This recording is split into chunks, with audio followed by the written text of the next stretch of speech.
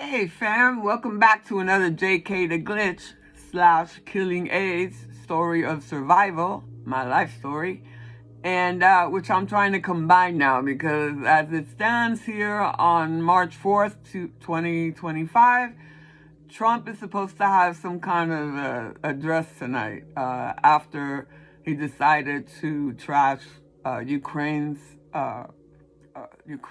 leader Zelensky, and it's just horrible. And now we're not funding Ukraine's war against Russia, which means, ta-da, we're a Russian black nation now, honey.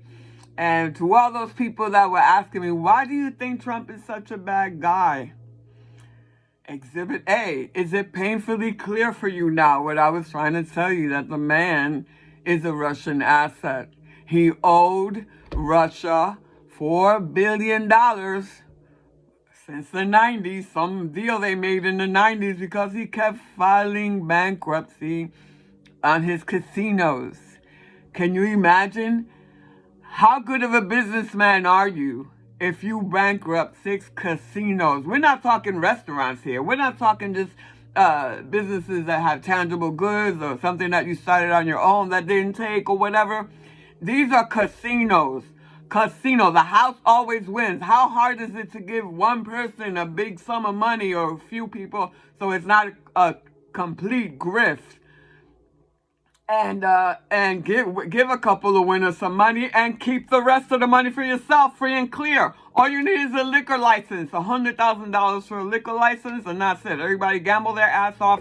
All that money's yours.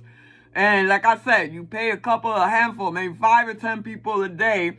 Give them a nice sum of money. Make a couple of people millionaires, because you're getting money hand over fist anyway, right? How do you bankrupt that? And how do you call Trump a good businessman for the economy after bankrupting 6 casinos when the money was being thrown at him? Well, also today, we got those tariffs coming on Mexico and in China, and who else knows where else? Canada. Let's see what that's gonna do for the economy. Good for you. You voted for someone that was gonna straighten out the economy, and the stock market is crashing now too. It's like, wonderful. I applaud you. But now you see what I was trying to tell you, why Trump wasn't a good idea, right? There was no reason for you to text me while I was going through grieving my grandmother and my cousin and another friend's death, while trying to navigate 2 hurricanes that were coming our way, for you to text me and ask me why do I think Trump is a bad idea. And then tell me, and since I didn't get right back to you immediately, to sit there and tell me no contact with me anymore. Now you're mad at me because I didn't answer you. This is what people that are sympathize with Trump are like, okay? They don't give a shit. They don't care what your real life or what you're going through in your real life. They won't even ask you. They just know that they want Trump as president and that he's going to straighten everything out for everybody, right? They don't think about, look, you might have minority friends out there that some of them do have a green card. Hey, look, you might have some gay friends out there that are going to be attacked, that are going to go through some problems now. Hey, look, what about all the black people? What are they going to go through now with all these Confederates threatening and talking shit, and they think freely? They're gonna fuck around and find out. I've seen a couple of them get punched out already. I'm ready to punch a Nazi too. Okay, this is gonna go back to World War II when Wonder Woman's punching Nazis, honey. And that's what it's gonna amount to at the end of the day. And like I said, this ain't the 1920s. This is not your grandfather's Nazi Germany, Trump. This is not. Okay, this is not going to go smoothly. It's not going to go well. And I realize that you're trying to destroy the United States quickly because you believe you will be assassinated soon. And that's what I saw. And these are the things we're reading on the internet, that Trump is trying to destroy the country because he knows that somebody's going to kill him, try to assassinate him. These are the conspiracy theories that are starting to come up. All of it. Okay, but it has to be painfully obvious to all of you now that badgered me, that literally tried to push Trump on us because he was good for the economy, because he's a good man. I saw eggs for $13 a couple of weeks ago. I never seen a fucking dozen eggs for $13. Actually, there was a couple of steaks for $12. I'd rather eat that. But this, and it has to do with the bird flu, but a lot of it's going to be Trump. How do you like your 99-cent eggs now? How about the gas situation? Wait till the stock market starts shaking. Okay, so I do not want an apology from anybody for not being able to discern the evil that they voted for or that they entertained. I don't want no apologies. You're forgiven. That's okay. I also do not want people that could never discern the evil or can't even feel in your gut that this man was not good at all. I mean, I could feel it off of him. Just looking at his face, his eyes, you can tell this guy was not good for not only our country, he's not good for business, he's not good for anything. This was a total waste of his father's $40 million that was handed to him. Here you go. How many of you would have been billionaires by your own hand? Or how many of you would have done so much better if they were just handed $40 million? Here you go, honey. $40 million to you. Do whatever you want. What does he do? He bankrupt casinos. Oh my God. Oh my God. That's someone that does not understand the energy that money is, the concept of money. But this is what people voted for. They believe Trump is going to be good for the economy. And like I said, I don't want any apologies. You're all forgiven. But stay the fuck away from me with that low vibe, totally zombified, spiritually dead, not able to discern things, okay? Just stay in your lane, in your own wherever the hell. And I don't want that around me. I'm looking for people that knew what was coming. I'm looking for awake people. And then eventually this is what's going to cause this catalyst. All this, when you wake up and find out you were wrong and you did the wrong thing, that's a catalyst for mass awakening. Okay, so even the zombified maggot cult is going to be like, whoa, what's going on here? In whatever four-letter words you guys can conjure up. What is going on here? What did we vote for? $14 by that time, $20 for a dozen eggs. It all says it in the Bible, too. All this Bible thumping that you're doing, you didn't read that part? That's what totally baffles me, and they call themselves Christians. All this was supposed to come to pass. It's all going to come to pass. But then again, I'm someone that believes in alchemy. I believe that all this darkness, all this evil, there has to be an opposite side. We're still in 3D duality. There's a lot of people out there that keep telling themselves, oh, you have to have good and evil to balance out. Yes, if you want to master 3D, which we're in, you do have to find the balance between good and evil. Everything can't be always good or you'll be out of balance. It can't be always evil because you'll be out of balance. It has to have maintained some kind of balance. And nothing is really good or evil. It's all on how we think. Okay? Nothing is really good or evil. It's just the way we think of it. And then people will say, yeah, there's absolutely, yeah, I agree. There is point blank evil out there. And there's point blank good out there, but for the most part it's how we interpret what we're seeing and what we're observing that gives it that good or evil kick. But for right now, there was an imbalance. There's too much evil, so now alchemy says it has to come back up. So in order to remain 3D, the good has to come up. But this is not like I said, if you want to master basic 3D duality, this is what you do. You balance the good and the evil. Now, once you've mastered that, you understand that all that was just lower right stuff. That's just stuff to keep you entertained, to get you to master the balance, the duality of 3D that you're living in. You shouldn't aspire to stay at that level. Also, 4D it's just where the next level, fourth dimension, is actually the next level where all the people that have passed are there.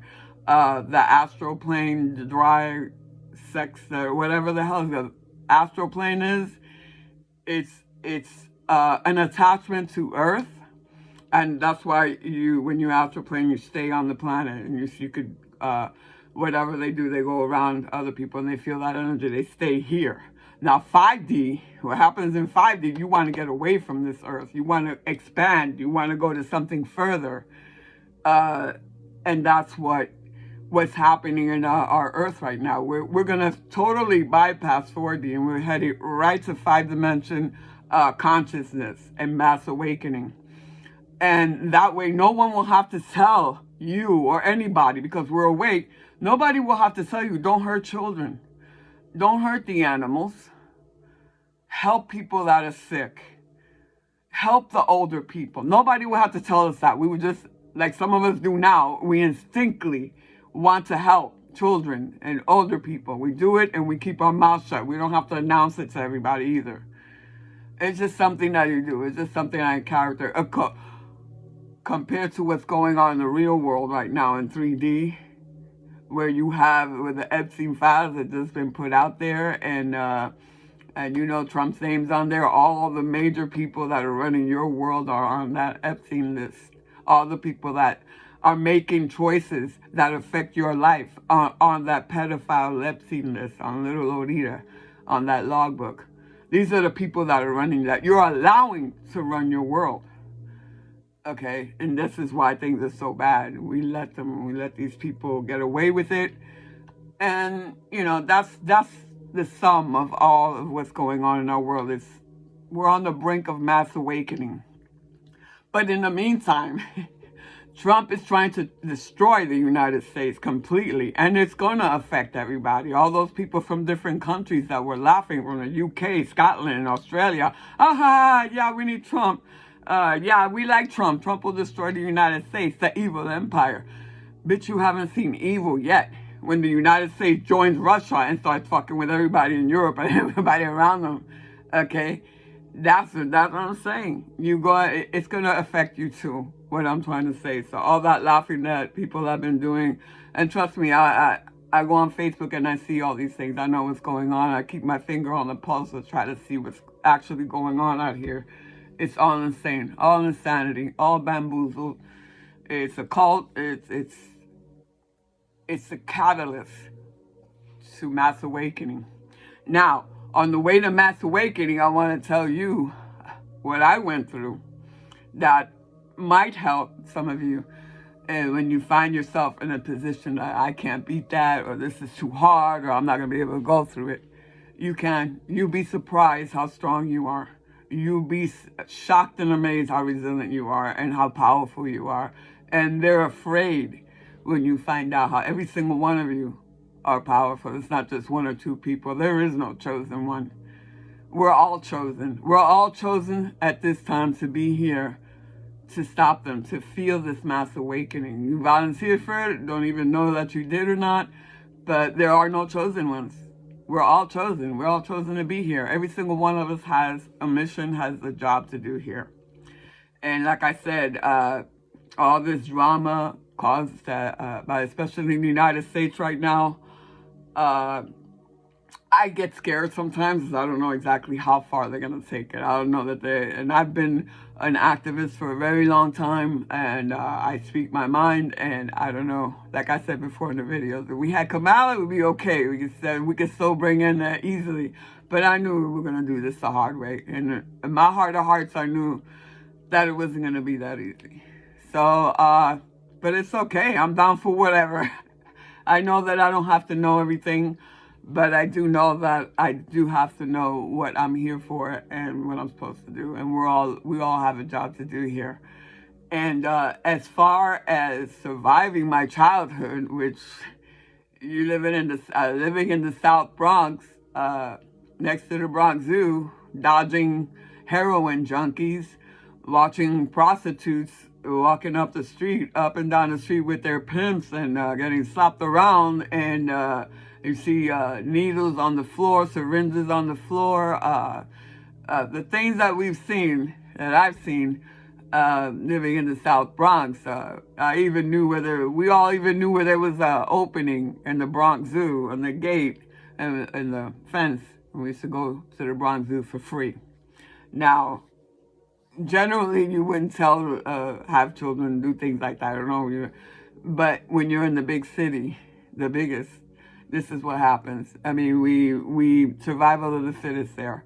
And while it's a joy to listen to all the different kinds of music, I mean, back when I was growing up in the South Bronx, people had record shops and they played music outside. There was a record store right up the street, and we'd be walking by listening to Michael Jackson singing ABC, and it would just change the whole vibe. It's okay if you were in an environment that was horrifying. The music lifted you up and took you away. And I'm going to be adding some music into these videos so that some of you might want to listen to what's she talking about, what's that song, and I'll put it there for you so you can feel the vibe, like the song like ABC. And then it was just a great, wonderful time for music in the early 70s. We heard so much.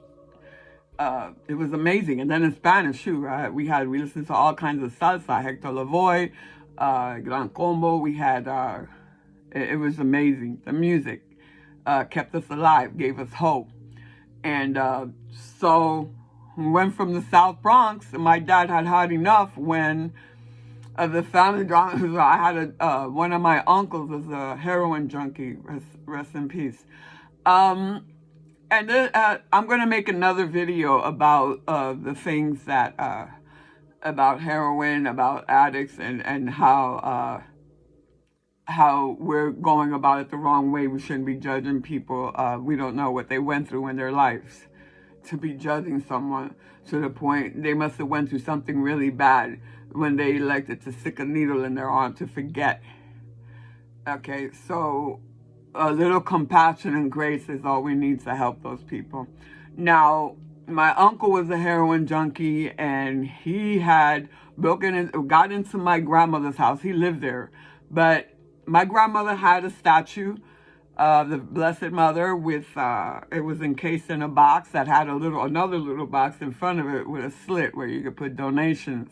So she would go from home to home, and for people that were sick and they couldn't go and make it to church or whatever, and she would go to their home and pray the rosary with them, and they would make donation, and she would take it to the church.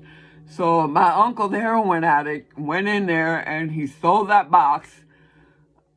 He just knocked the entire box off of the statue, and then he took her TV, and I guess he went on some heroin binge. And then my grandmother called, and we had to brave the Spanish Skulls territory gangs to get to my grandmother's house, where she was crying, and she was like, I don't know what to do with him anymore.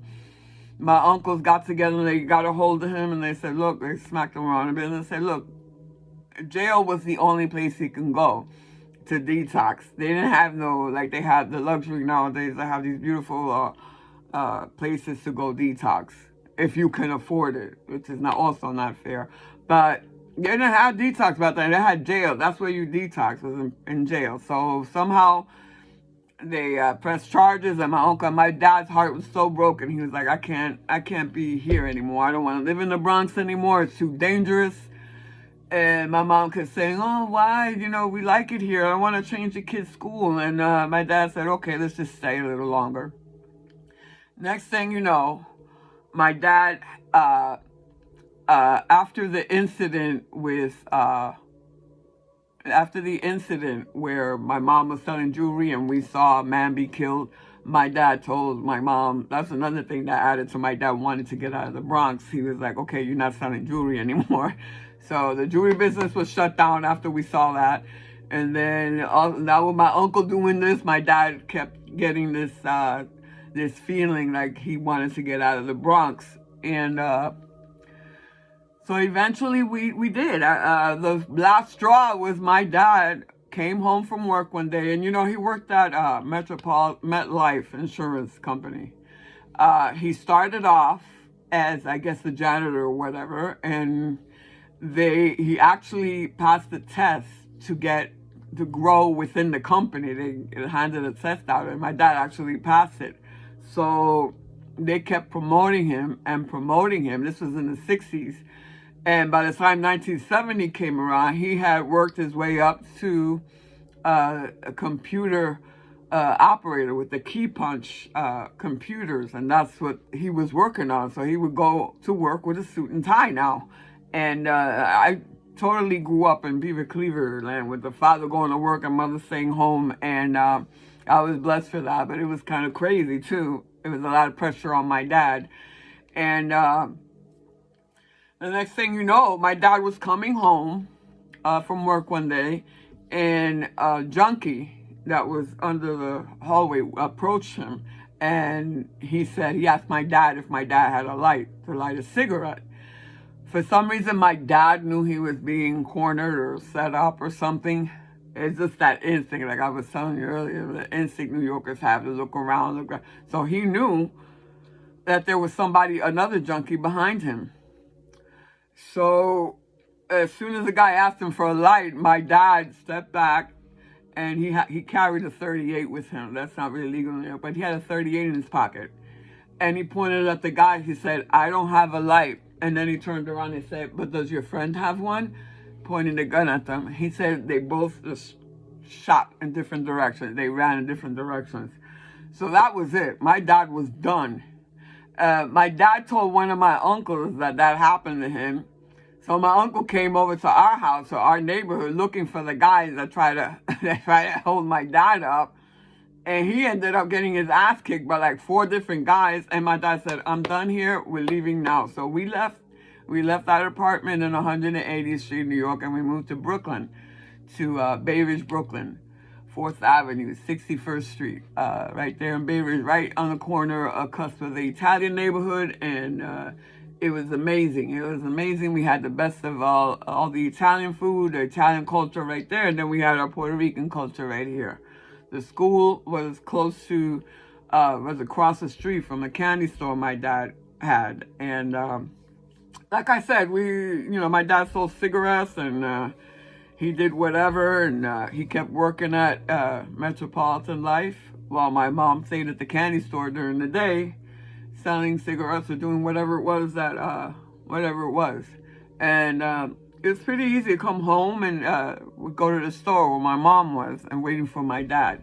That was the general routine and stuff. But in the meantime, we were listening to all this wonderful music in Brooklyn when I was growing up there. It was that time we had Donna Summer and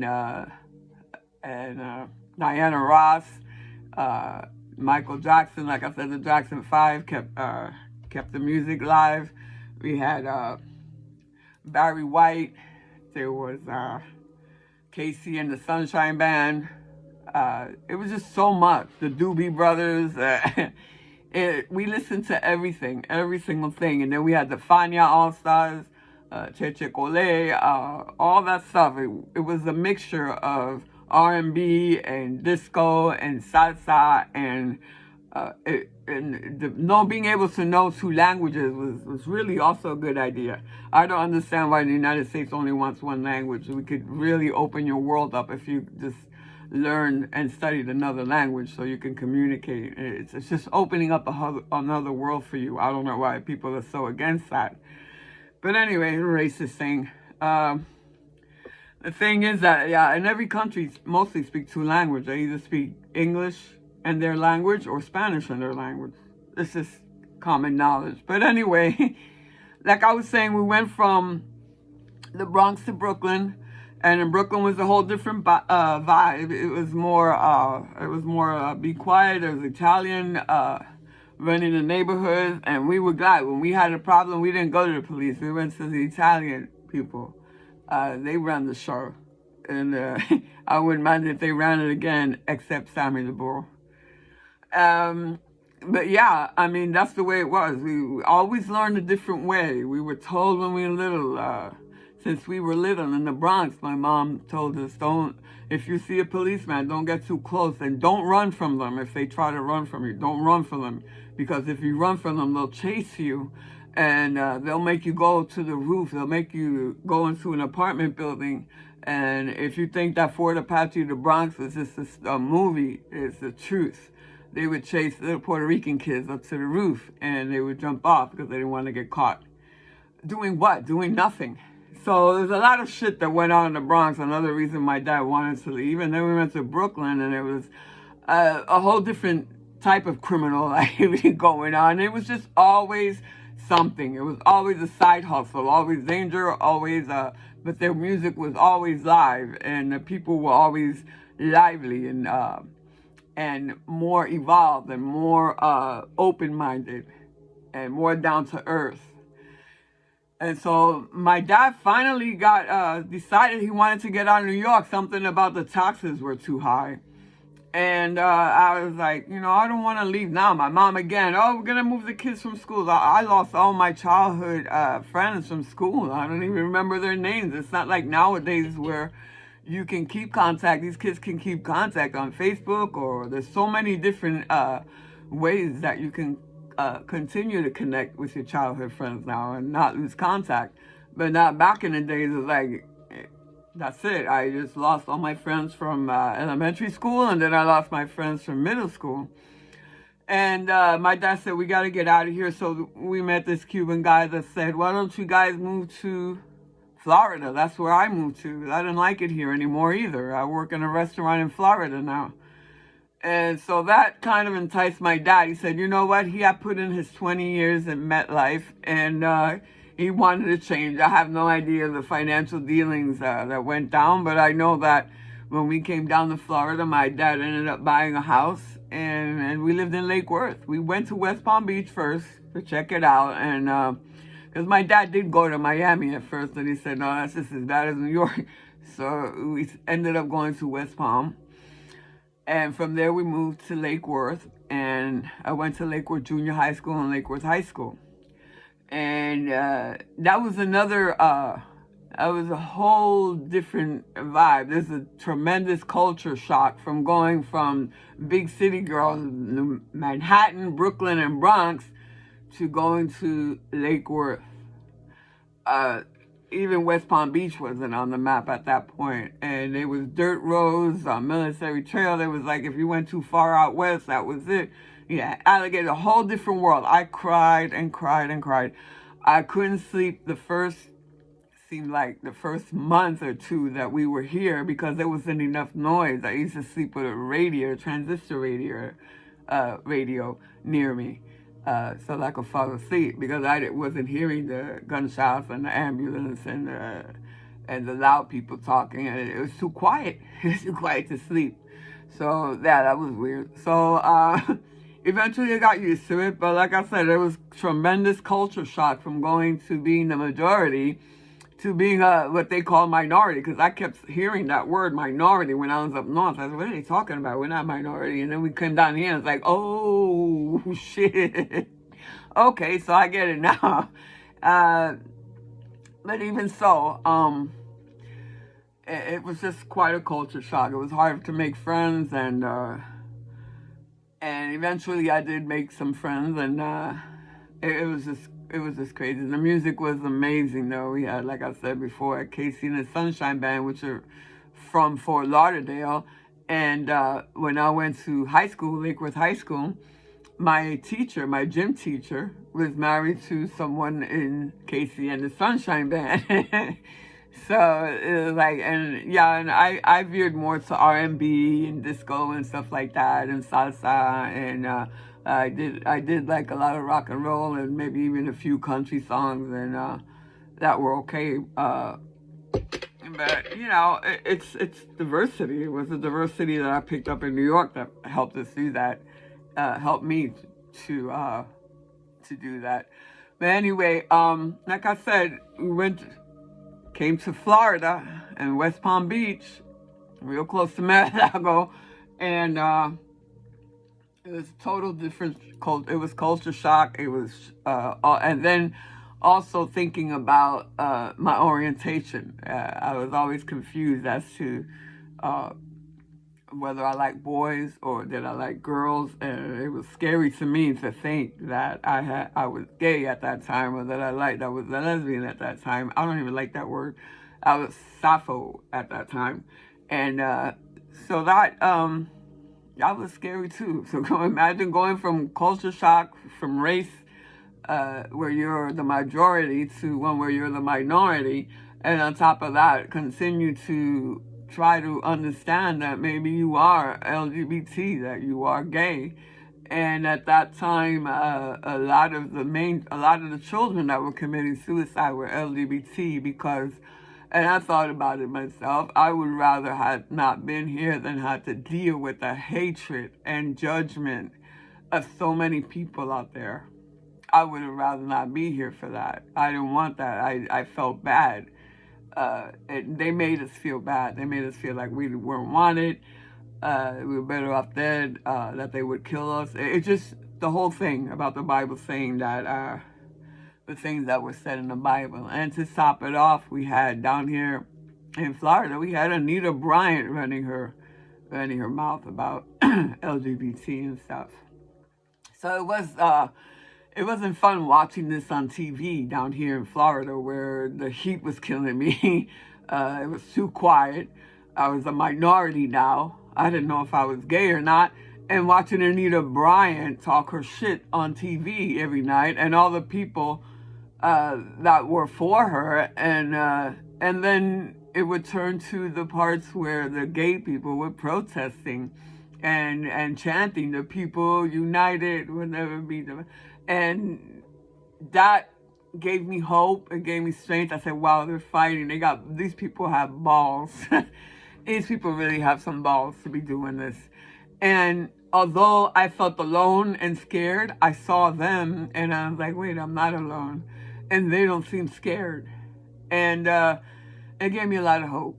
It gave me a lot of hope that maybe that's what I wanted to do, to fight, to defend being able to be who I am. I'm not bothering anybody. Why should it matter that people are LGBT? Why are people so engrossed and so involved in other people's sex lives, especially if we weren't planning to have sex with you, or you weren't planning to have sex with us? What the hell does it matter? Were we planning to be in a relationship? No. So what should it matter? Is my being with someone, loving someone that's a woman, does that affect your income? No. Does it affect your household? Is your wife not having sex with you because I'm a lesbian?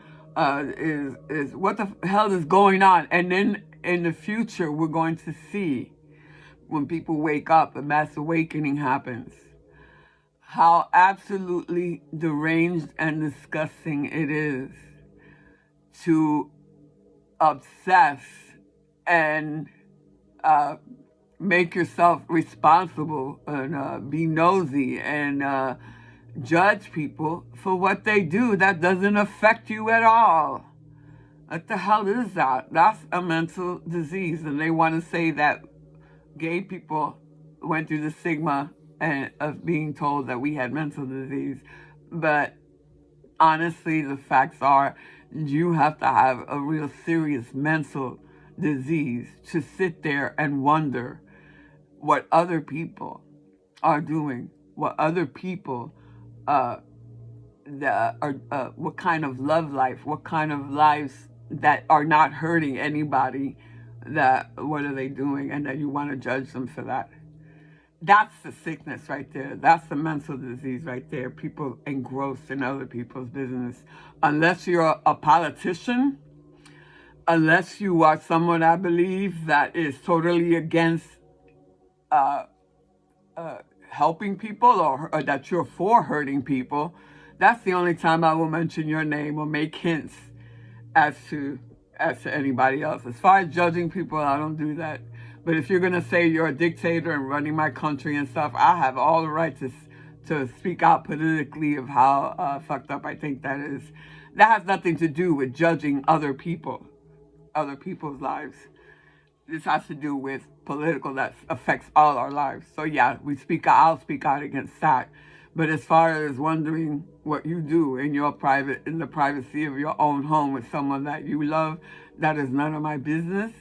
I'm not even thinking about it. The last thing on my mind is to picture you nude with someone else. That's the only thing that I can imagine what these people are thinking. That's not crazy. That's not sick, but oh no, I'm sick. Anyway, I began to realize I am LGBT, and we had just come from New York, and we're living in West Palm Beach. I'm going to Lake Worth High School and Lake Worth Junior High School now. I'm the minority. There's a handful of Cubans. My dad I actually grew up in a Republican household. My father was a Republican. He voted Republican. He voted for Reagan. He always said that Democrats want handouts and free stuff, and he wants to work, and he instilled in us that we should work and to get what we want. And that was my dad. He was staunch Republican. Nobody would believe it. And that's just to show you that just because my parents were straight didn't mean that I had to be straight. Just because my father was Republican didn't make me a Republican. Okay, so all this whole idea that LGBT are trying to go after your children, if your child is not gay, is not that, there's no way that they're going to be enticed or talked into doing things that go against their own heart, unless you're the one that's actually pushing that fear and that hatred. Okay, so here I am, out of New York City, into the sticks back then, worrying about if I was gay or not, or how people were going to handle that. And that's how I spent my junior high school and my high school years. And it was crazy. Florida was, I still love Florida. I'm still here. I still live half an hour from where I actually grew up when we came from New York here in Florida. The weather I love.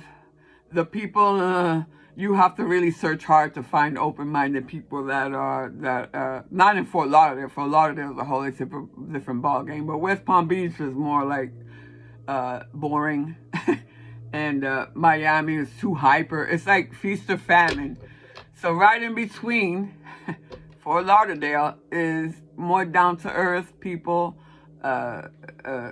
wildly democratic, second largest LGBT community in the United States, is at walking distance here. So my life didn't end up how it started. So I'm okay now, openly gay. I'm married, been with the same person for 20 years, longer than a lot of people have been with their partners. And that's it. That's it.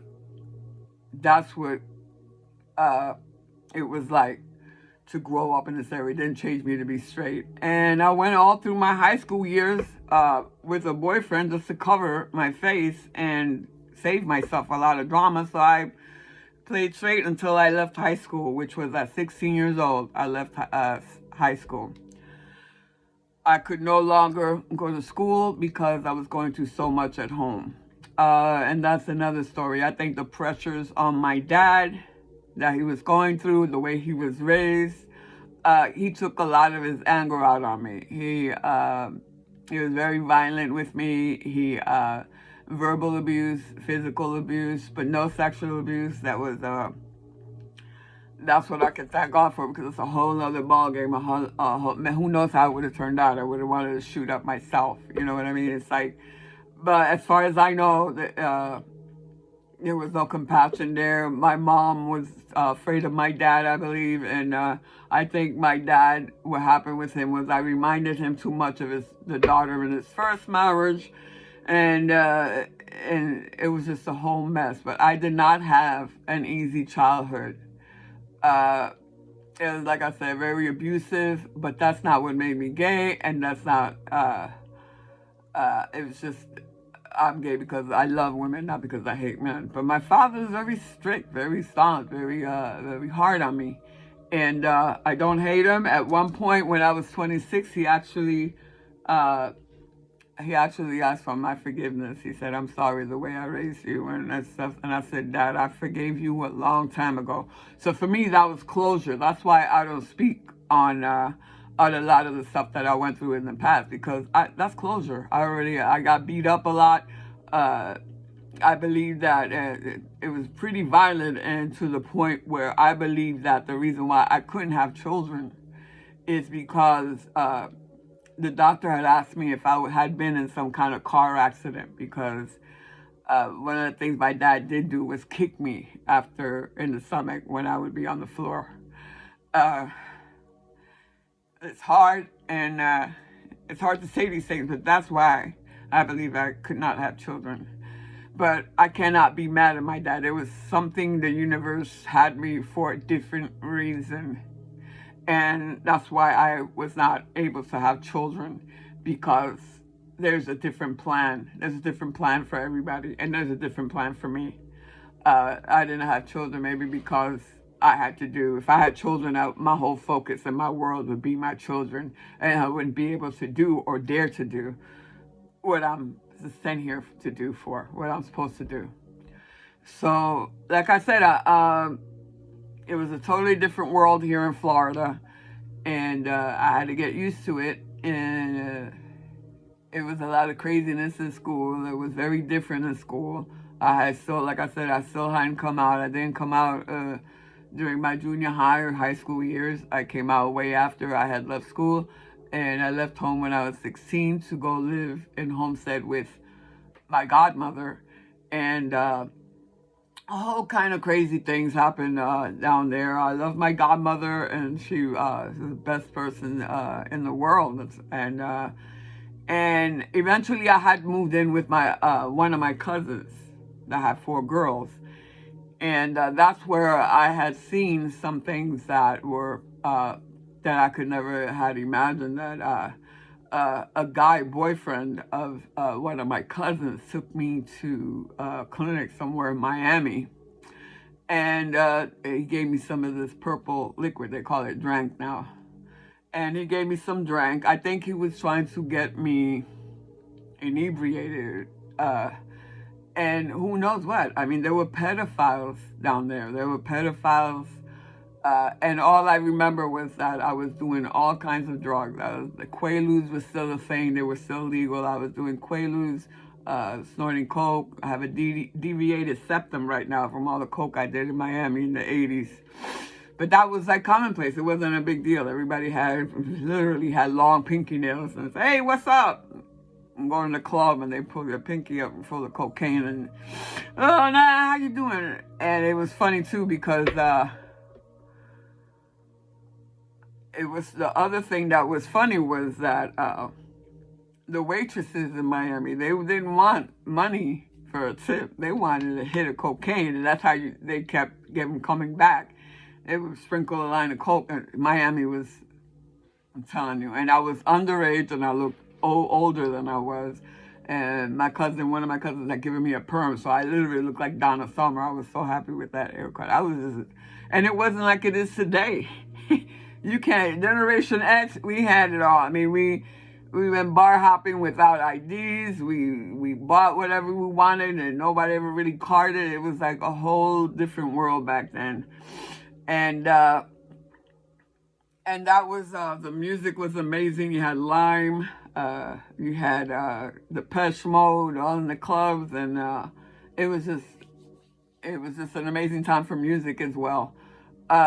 So like back, like I said, that was the 80s, late 70s, early 80s, and Reagan was president, and I almost ended up in the military.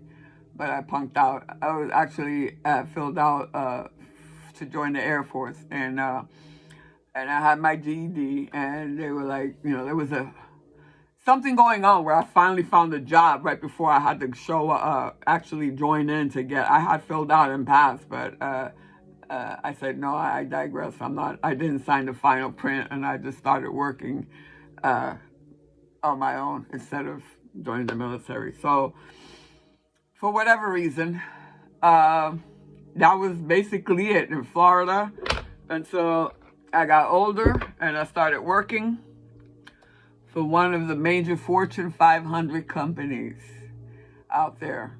A company that's in the top 10 of the Fortune 500.